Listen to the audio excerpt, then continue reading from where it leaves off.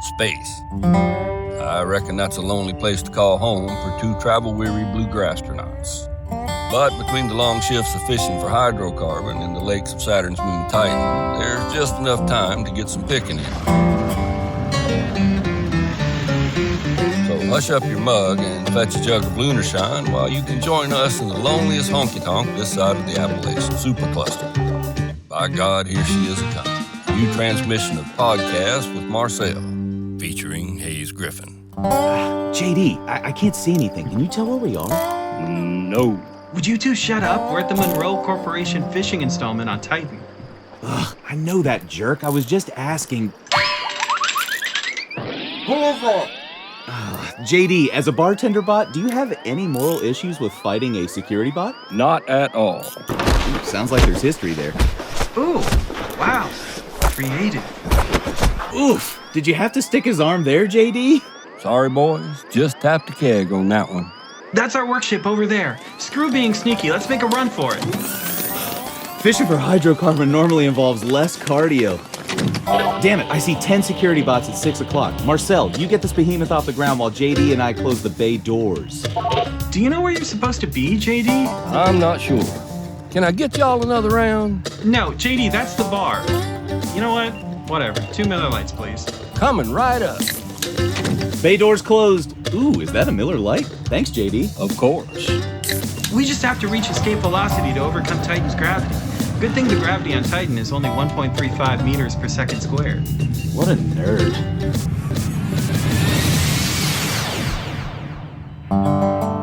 Doesn't look like we have anyone from the Monroe Corporation tailing us. I can't see any negative repercussions from that interaction in our future. What do you want to do now, boys? Can I get y'all another round? Holy smokes, looking at that calendar back there behind the bar, can you believe it's already December 13th, Marcel?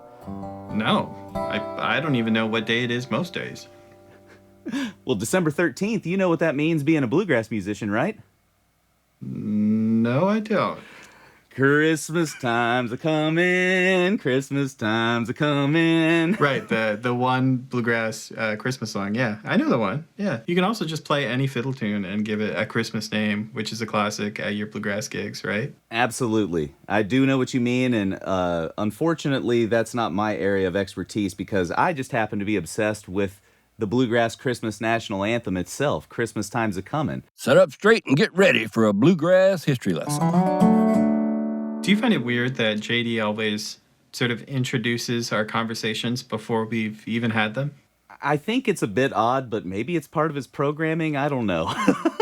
Yeah, it just doesn't seem like a very useful voice line for them to have programmed into him as a bartender bot. Yeah, I don't know. And he seems to know a lot about bluegrass history or something, if that's what he's teeing up. JD, do you know very much about Bluegrass Christmas? I'm not sure. Anyway, tell your story. Well, let me tell you, JD, if you don't know much about bluegrass Christmas history, this is pretty much the King Daddy treasure trove of info here. Christmas Time's a-Comin'. A lot of people outside of bluegrass know this tune because it actually goes back a bit before bluegrass. Marcel, you know about this, man. We're the king and queens of stealing tunes and rewriting them in the bluegrass genre, aren't we? Mm-hmm.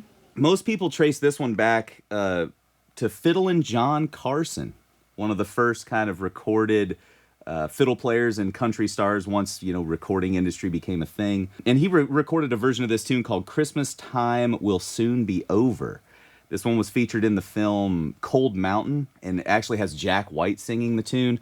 But there's a really classic version of this tune that a lot of folks were familiar with in the old time and fiddle community. Isn't that weirdly sad way to do a Christmas song? Christmas, it's very glass half empty, right? Like, it's almost over. Absolutely. And I'm like, who ever wants to think about that, especially when you're singing a song? You know what I mean? There's like, yeah. And the funny thing is the tagline or the chorus line on the tune is Christmas time will soon be over. Christmas time will soon be over. Christmas time will soon be over. So let's all join the band. Yeah, I'm really inspired to join the band now that I'm thinking about how Christmas is over. Weird. Yeah. So anyway, fast forward a couple decades, and in 1951, our favorite Bill Monroe fiddle player, Benjamin Tex Logan, from down in Coahoma, I think that's how you say it, Texas, kind of wrote some new lyrics to this classic tune and made it more of an anticipation of Christmas, like you're talking about here, right? So Christmas time's a-comin'. We're getting excited about Christmas. We're not sad that it's over, you know? Now I'm ready to join the band now. See, that's all they had to do was make it an anticipation song, and then we all want to join the band, you know? It's... Bluegrass historians love to talk about this tune for a number of reasons. One, like we said, it's our only Christmas tune, really, that we get in bluegrass. That was, like, penned by a bluegrass musician and featured heavily by the father of bluegrass. Monroe recorded this one in 51, like, around the year that Tex wrote the tune. And since then, it's been recorded by everyone, right? Ricky Skaggs, Marty Stewart. I think Doug Kershaw did a version of this tune as well, which is kind of awesome, right? They don't have very many options, though. I mean, if they're going to do the Christmas album, you got to do 12 tracks of just Christmas Time's a-Comin', you know, as a waltz, up tempo, as a ballad.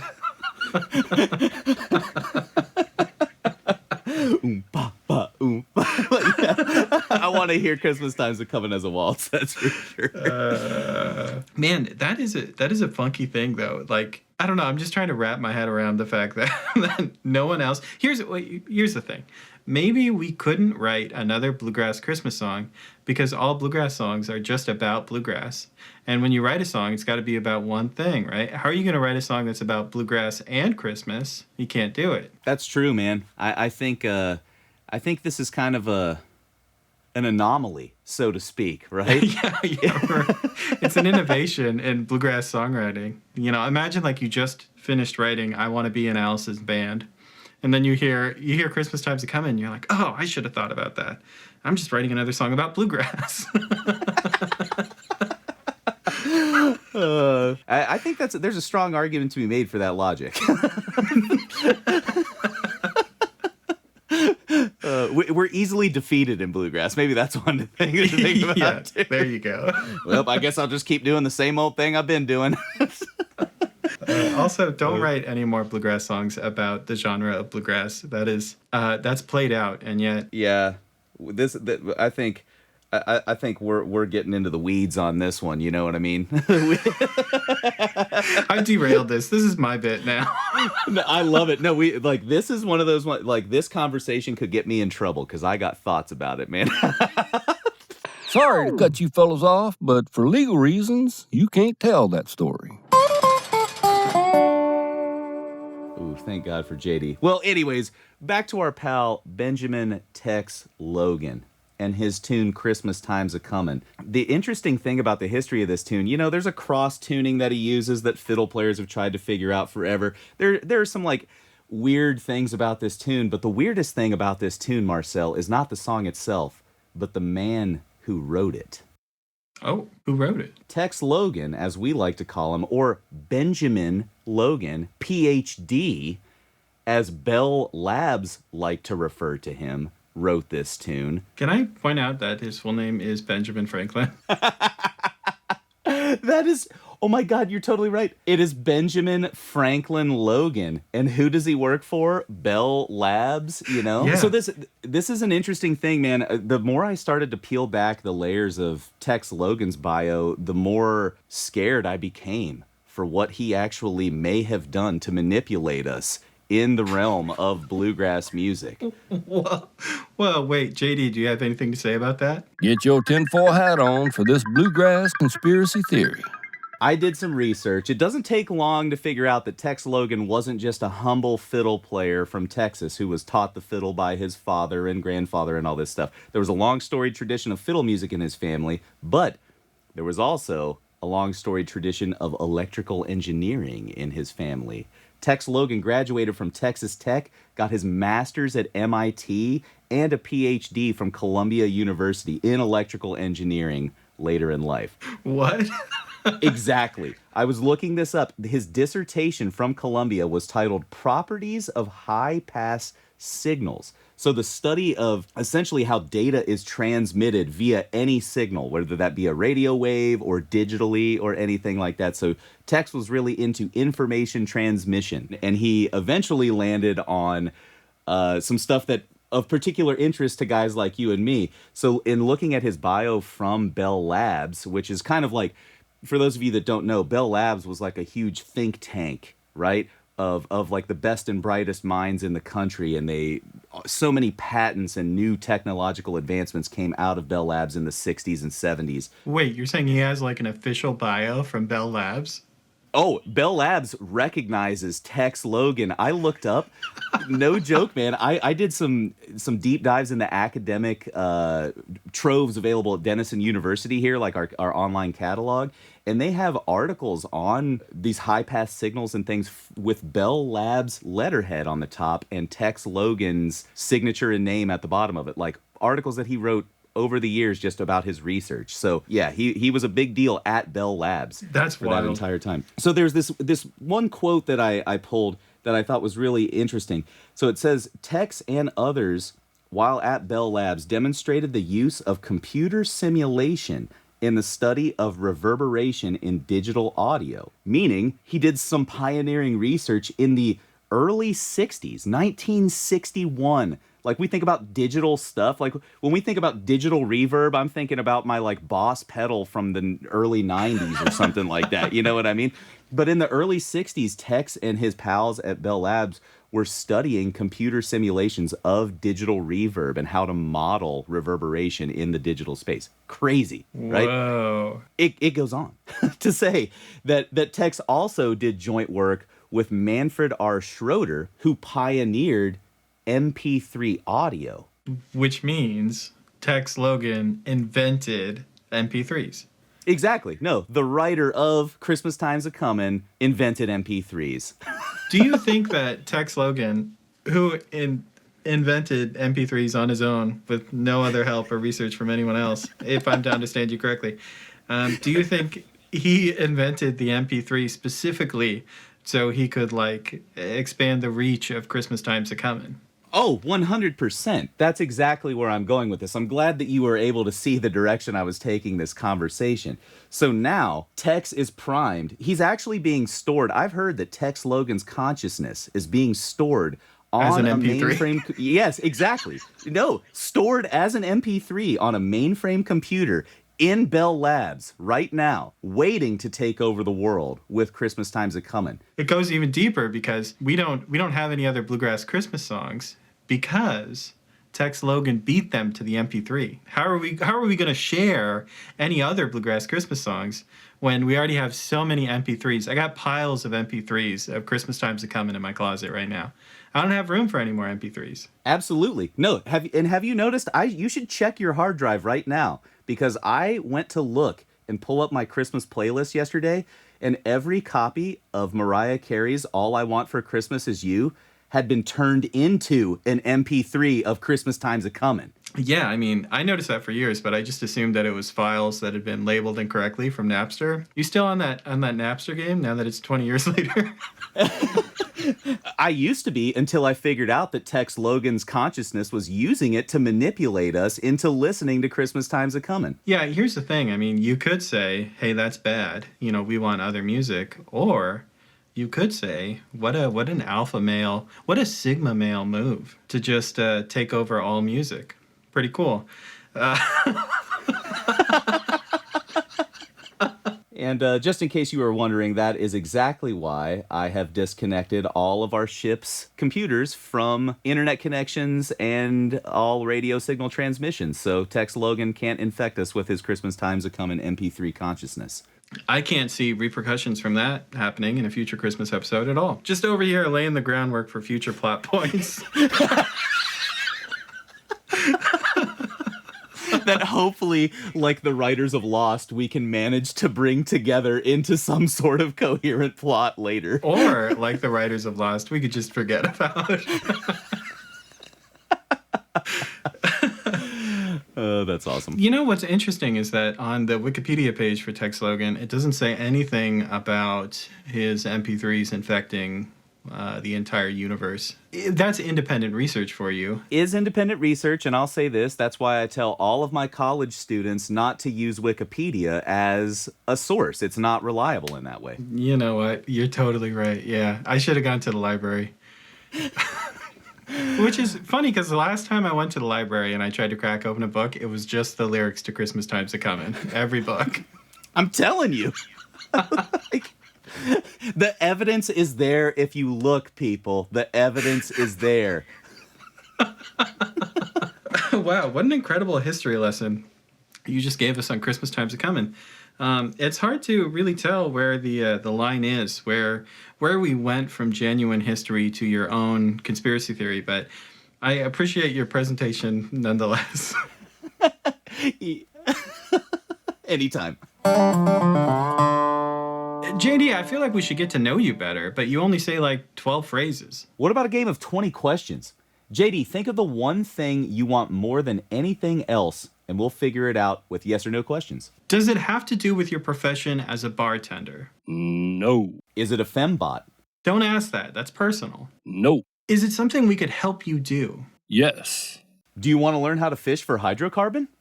No. Bummer, we totally could have helped you with that. Do you want to learn how to solve a Rubik's Cube or learn to meditate from Hayes? No. Hey, that's cheating. You asked 2 questions. Now we're down to 14. Well, Marcel and I pick a little bit.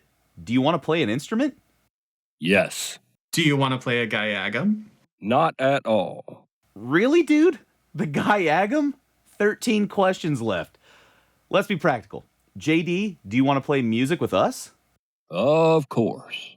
Okay, so it must be a bluegrass instrument. Hayes and I have mandolin and guitar covered, so it's either banjo, bass, or fiddle. JD, you don't look like a banjo player. Not tall enough. You're not self-absorbed enough to play fiddle. Do you want to play the bass? Yep. Marcel, didn't we dredge an old K upright out of the lake a few months back? I think we put it in the storage bay on the lower deck.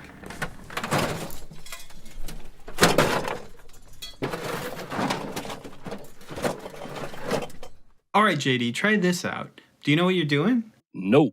Neither does any other bluegrass bassist.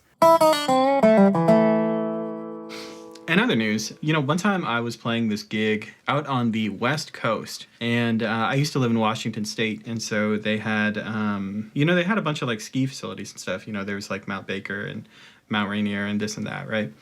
And I'm not a skier. I don't know how to ski, but we were asked to play a gig up at, I think it was called Chair 9. I think you can even look it up.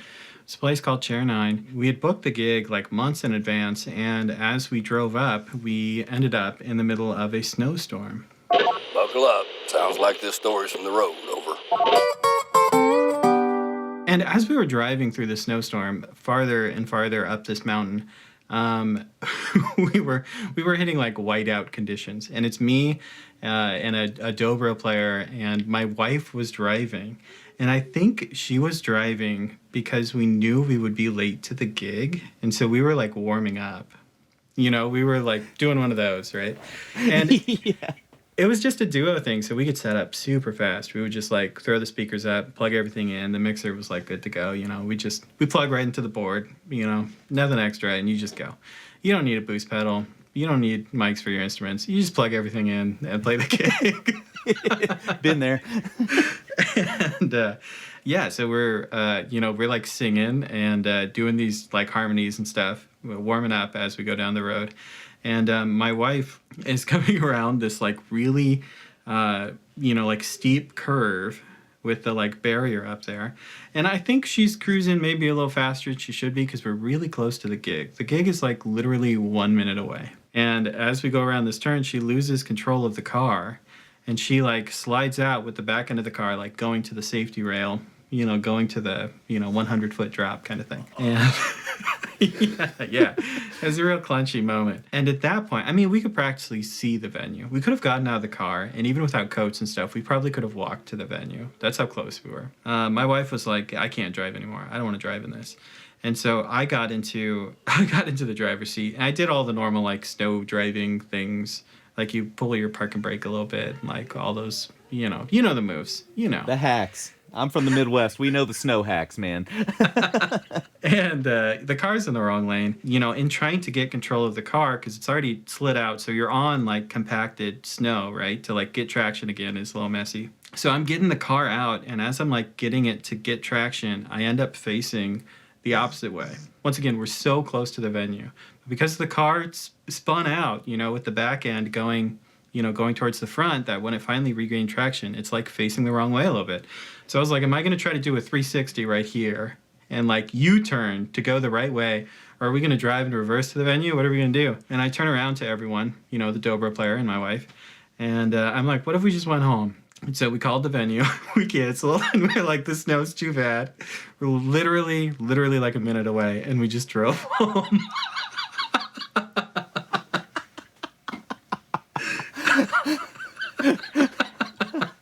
We missed out on $500 that night. Oh, man. That's a little sad, right? Because that sounds like early days Marcel, where $500 probably meant a little bit, you know what I mean? Yeah, so to to have weighed the options at that point, and it's like, you know what? I'm not gonna pay for groceries next week because I need out of here. I never went back. I never played that gig. That was gonna be my first time at that venue, and I never went back. Oh. Were they mad? No, they weren't mad. It was snowing like crazy. They were like, oh, we get it. And like looking back on it, it was a good choice because I don't think after we played the gig, we could have like safely gotten home, because it snowed for hours. It would have been extra worse trying to get down in those conditions. Then, we'd all be telling stories now about that guy, Marcel, that, bit it on the way home from a bluegrass gig, coming down the way. He should have gone home beforehand, people. You could have been a cautionary tale, Marcel, They could have written a song about it, yeah. Yeah. But then they'd have to write a song that wasn't about bluegrass. We played where we were supposed to play another gig that was on the other side of Washington State, so like over the mountains. And as we were driving into eastern Washington, everything was on fire. This is the opposite story, but the same story. Everything was on fire. It was like we were delivering a ring to Mordor. It was like really bad. And, like the westbound lane, trying to get like out of there is like clogged, right? Everyone's trying to like get away from the fire.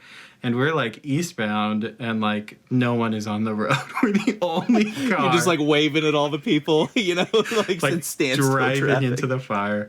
And we're calling the venue, which once again we're getting close to, maybe like a couple hours away from. And we're like, hey, it's like really bad out here.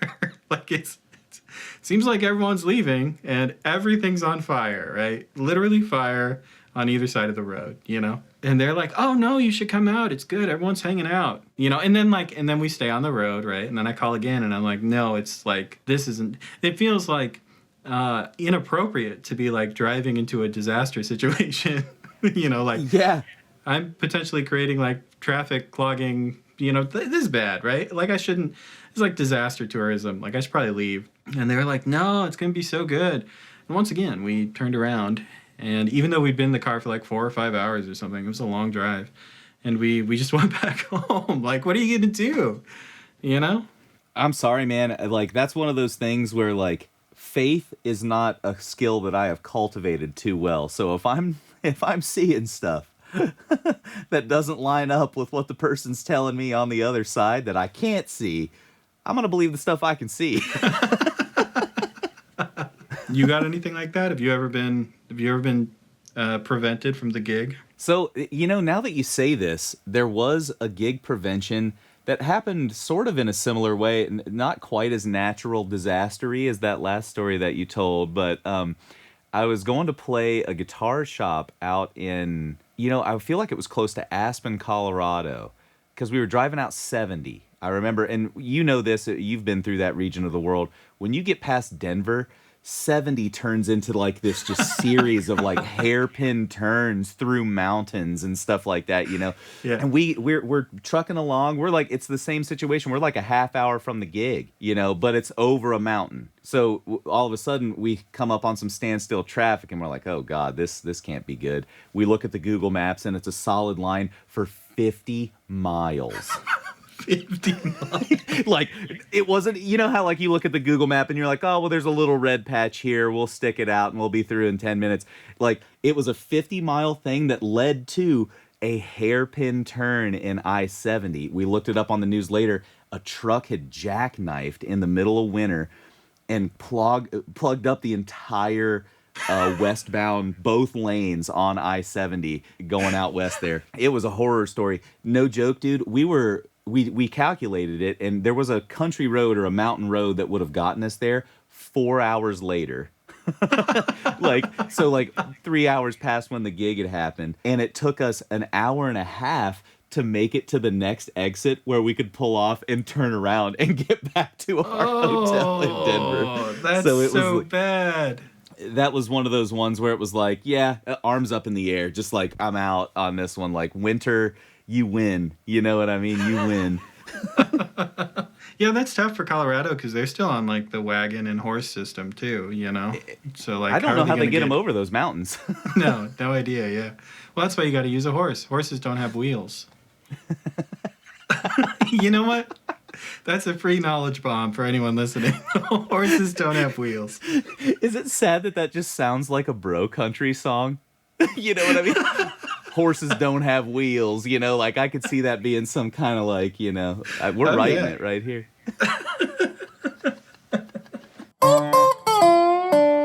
Do you remember that stuff that came out about the Christmas chord?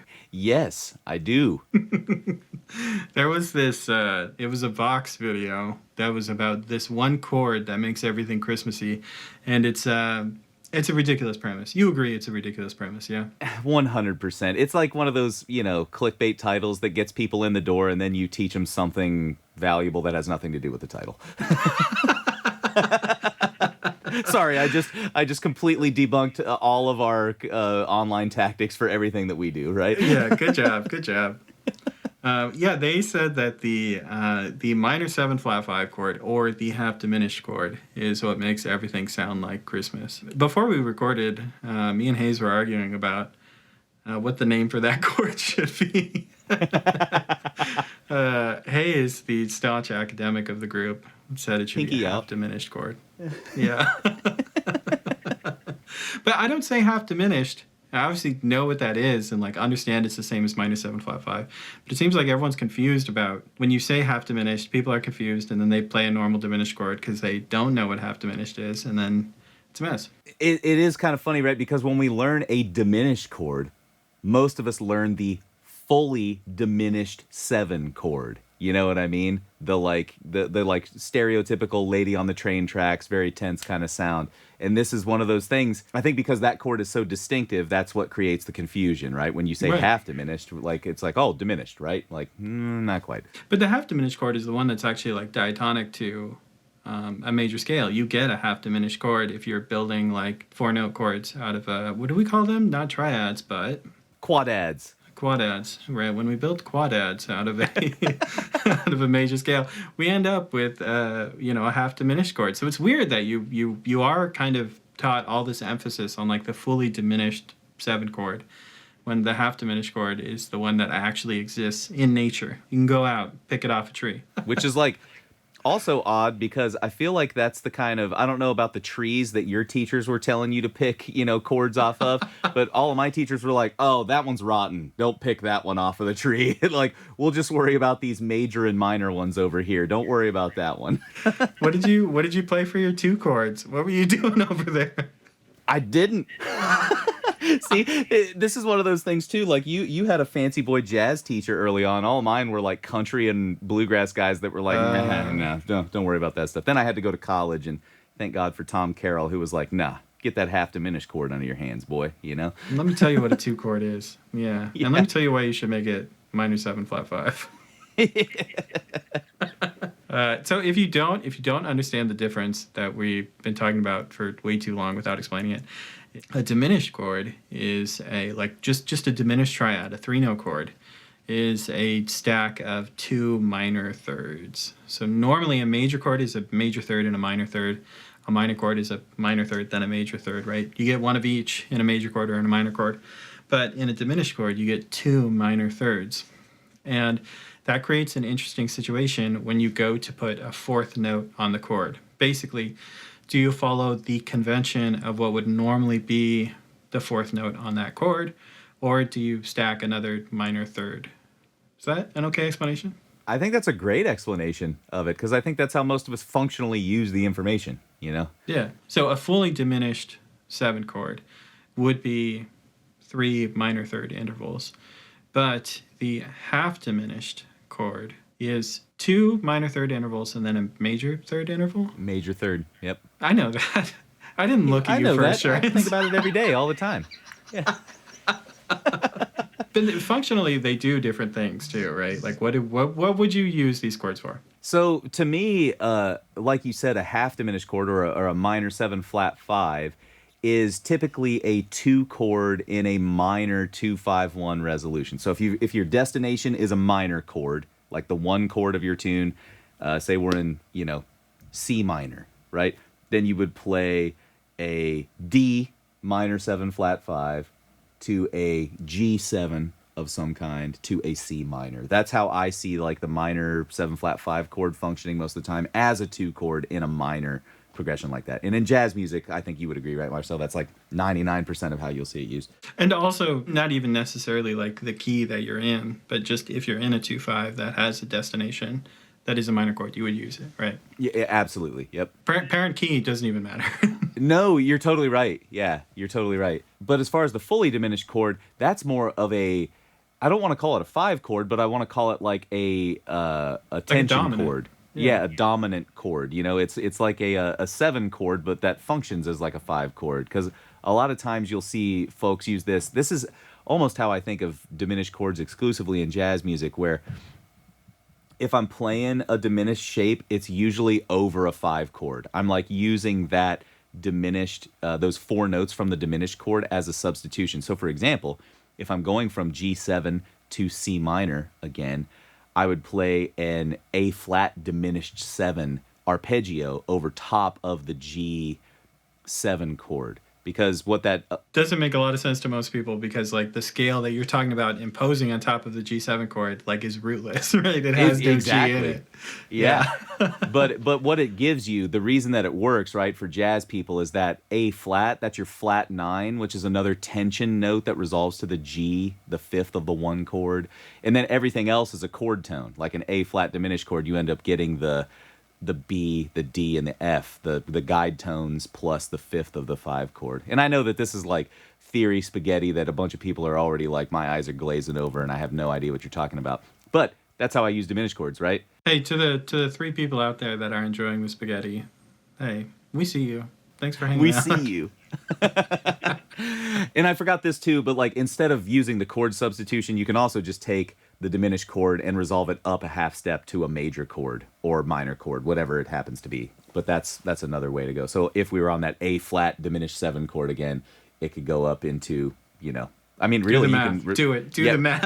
I was going to say, no, I actually paused because you can resolve into any half step above any of the chord tones, right? Which is what's crazy about that diminished chord thing. So it could be a G sharp to an A kind of thing, or A flat to A. But you can literally also go B to C, D to E flat, any of those relationships that are in there. Yeah, that's one of the neat things about a diminished chord too. If you want more practical information, is that since the diminished chord, like Hayes is saying, has so much resolving power, it's such a tense chord that wants to be resolved, that you can resolve it away from any of its chord tones to a major or minor chord with that root note, that the diminished chord can also be named by any of the notes inside of it, which would imply different relationships depending on context. Yeah. So because the diminished chord can be named anything, any of its chord tones, based on context, you have to like look at what it's doing functionally and be like, which one is actually the root note and why. And I would even say that sometimes there's not a great answer. Sometimes it just kind of works, and you could justify 1 or 2 solutions. To me, I'm kind of with you on that. The thing about diminished chords that make them work are the half step motions. I think it can really just be boiled down to that, right? Like it's such a crunchy, tense chord that moves to half step resolutions that sound really nice. You could talk about it being from the diminished scale or the harmonic minor scale and blah blah blah, and like all this like theory behind it. But I think at its base, it's what you just said. All right, let me go a little deeper on the nerd stuff as we're just dropping listeners. So I can see the retention graph on this one just really going down right here. Going down. So what's interesting is you said that the fully diminished chord was had a dominant sort of sensibility, and you were saying that the half diminished 7 chord has more of a like a predominant kind of function to you. You use it as the 2 chord, 5 chord is dominant, back to, tonic. But what's interesting about that is the minor 7 flat 5 chord or half diminished chord is basically a 9 chord, right? You could just add a note to it and put a new root on, like B minor 7 flat 5. If you put a G on it, it's just a G9 chord, which is a dominant chord. Yeah, a dominant chord with like less half-step tension in it, right? Like it's a little sweeter sound. True, it is sweeter, but it's interesting because you were talking like predominant, dominant, like what is the chord function as, and like it's entirely based on context. Who knows what it's actually doing, because a minor 7 flat 5 chord, if it's used as like a rootless 9 chord, it does have like a dominant function, which people do all the time. Yeah, and I like it because it's almost like we're steering further toward that argument of like it's more about the tension spectrum. How tense do you want to be before you resolve something, right? Like to me that minor 7 flat 5 as a dominant chord is like 1 degree back from on the tension scale, right? It's a little smoother, but then the fully diminished is like maybe the most tense or something like that, right? Yeah, totally. If you don't get a ton out of the conversation, one of the things you should take away is that as we talk about these chords and what they do, we're describing music rather than, being prescriptive, right? We're not saying that like this is how you have to use the chord, like describing ways that people have used the chord before, because the chord just exists out there in the ether. You could just put those notes together and it could have no name, right? Someone happened to give a name to it, and based on context, we can kind of understand how it quote unquote should be used, but that really isn't how this works. It's more just like, oh, this person did that and that person did that, and eventually it becomes kind of colloquial, it becomes like casual language, but there isn't like a right or wrong way you should use a diminished chord. You can use it however you want. We're talking about how lots of people have used them. Yeah, and I think that's really all music theory is at the end of the day anyways. It's a collection of tendencies that we've noticed, right? It's not so much that like theory are the rules, or whatever. It's like this theory more as like a collection of observations that people tend to make. To wrap it up, though, why should people say half diminished or minor 7 flat 5? Minor 7 flat 5 to me has all of the instructions for the chord in it if you're less of a theory nerd. Most of us know what a minor chord is, or even a minor 7, right? If you see D minor 7, you're going to say, okay, that's a flatted third and a flatted 7th. We've got D, F, A, C. Now, if I say minor 7 flat 5, it's like, okay, well, minor 7 means the flat 3 and the flat 7, and now I just flat the 5th, so it's D, F, A flat, C, So that's my argument for that one, is like a more ubiquitous term. The instructions are baked in there. If you're a schooled person and diminished chords are not something totally foreign to you, then the half diminished versus full diminished thing has some context and meaning that way, right? I guess. But for me, for the everyday person, I think minor 7 flat 5 is the one to go for. But you would say diminished and not G7 sharp 1. Yes. Isn't that funny? Don't pull it too many threads, man. This sweater's gonna fall apart, Yeah, it's a G7 sharp 1 chord. Goes to A minor 6. If you appreciate that joke, let us know. Yeah, if you are one of the 4 people still listening to this podcast, please let us know if you enjoyed that. Seems like the boys might be wrapping this one up. You two mind breaking the fourth wall and telling the folks where they can find you online? Yeah, thanks, JD. This is me, Marcel. This is me. Oh, God. It's like 1 step towards professionalism and 2 steps back. Yeah, you can find me, of course, at lessonswithmarcel.com, the Lessons with Marcel YouTube channel. It's all branded the same. It's kind of like the podcast with Marcel. It's all with Marcel. You'll figure it out. And I'm Hayes. I'm Hayes Griffin. You can find me at hayesgriffin.com. If you want to study guitar with me, you can find me at hayesgriffin.club. And you know what? If you hang around that Marcel kind of ecosystem, you'll probably see me hanging around there too.